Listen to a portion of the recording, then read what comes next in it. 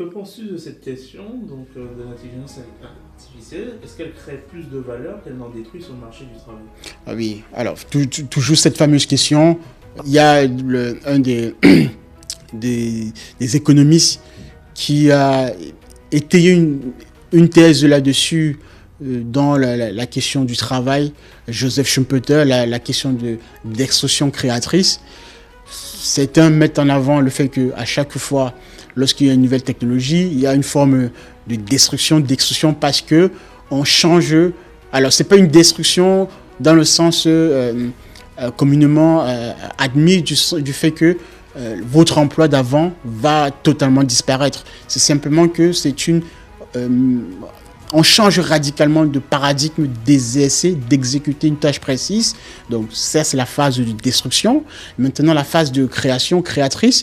Bien sûr, par cette destruction-là, il va s'accompagner d'autres méthodes de faire. On va commencer aujourd'hui à utiliser plutôt des stratégies différentes par rapport à ce qui se faisait. Et donc, toute la question maintenant est de mesurer à quel point la destruction va s'effectuer. Et également, de l'autre côté, à quel point la création, la partie créative, en fait, créatrice, va également s'effectuer et de comparer. Ce qui est particulièrement intéressant avec l'intelligence artificielle, lorsqu'on observe, il y a plusieurs phénomènes qui s'enchevêtrent, en fait. On ne peut pas, pour l'heure, avoir un recul assez suffisant pour répondre à cette question-là. Est-ce que l'intelligence artificielle va détruire plus d'emplois que d'en créer? Ce que l'on peut dire, quand même, c'est que il y a un changement radical qui s'est inscrit dans la durée. Donc, on ne reviendra pas en arrière. L'arrivée comme ça, alors, pour celles et ceux qui ne comprennent toujours pas, je rappelle, nous ne sommes pas la première catégorie des intelligences artificielles. L'intelligence artificielle existe depuis des siècles. Et avant l'IA, dans sa forme aujourd'hui, IA générative que l'on retrouve à travers donc la génération du texte, des sons, des vidéos.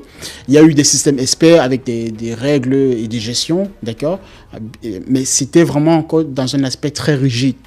Le paradigme ou le saut qualitatif que l'IA moderne générative apporte aujourd'hui, c'est que on passe comme ça avec une vitesse très très grande V où l'IA maintenant s'appuie sur deux mamelles des mathématiques à travers donc la statistique et la probabilité, donc les grandes notions mathématiques qui vont permettre comme ça à l'IA comme fondation de pouvoir puiser dans le corpus de texte, de data, de vidéos, de tout ce que les humains ont pu générer jusqu'à aujourd'hui sur la toile, sur Internet, à travers nos connexions sur les réseaux sociaux, nos clics, mais également à travers tous les bouquins qui ont été numérisés.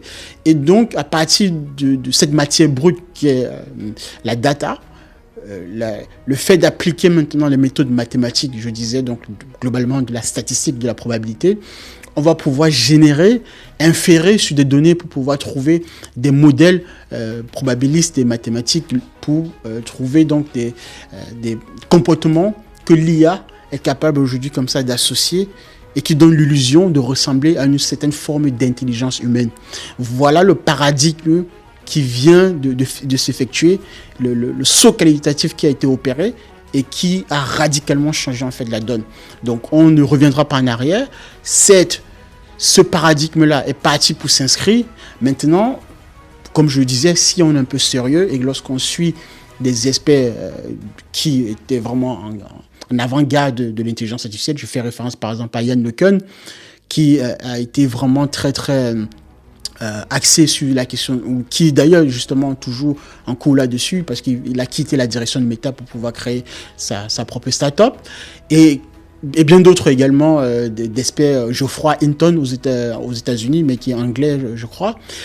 Ce sont donc comme ça des personnes qui, aujourd'hui, nous mettent en garde sur le fait que l'intelligence artificielle, évidemment, dans sa forme obscure, entre guillemets, peut aller ou mener à certains désastres.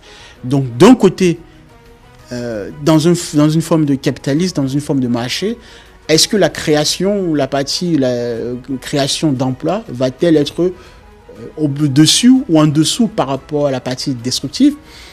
Ça, pour le moment, on ne peut pas vraiment mesurer, mais on constate quand même qu'il y a un certain nombre d'emplois, bien sûr, qui sont en train de disparaître, surtout les emplois dans lesquels on retrouve le moins d'interaction d'humains au quotidien, ou des emplois où pour exercer une tâche, il faut passer forcément par un ordinateur, par une machine. Ce type d'emploi-là, communément donc les emplois de service, les emplois à col blanc comme on dit, vont facilement être disruptés, donc totalement disparaître. Mais dans cette disparition-là, comme je le disais, on va toujours vouloir qu'il y ait quelqu'un, un humain derrière, qui soit là pour superviser la machine. Donc évidemment, il y aura une destruction, donc il y aura là où peut-être pour une tâche donnée, il fallait 5 personnes pour exercer une tâche, on passera peut-être à une seule personne.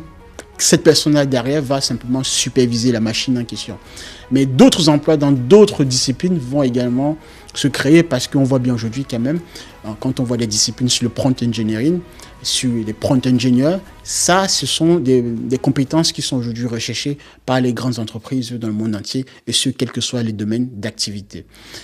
Toute la question maintenant est d'avoir la mesure exacte entre la courbe de destruction et la courbe de création.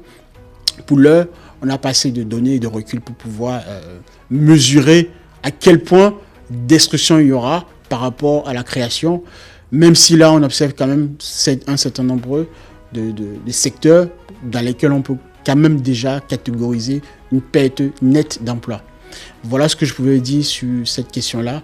La quatrième question, c'était sur quoi? Alors,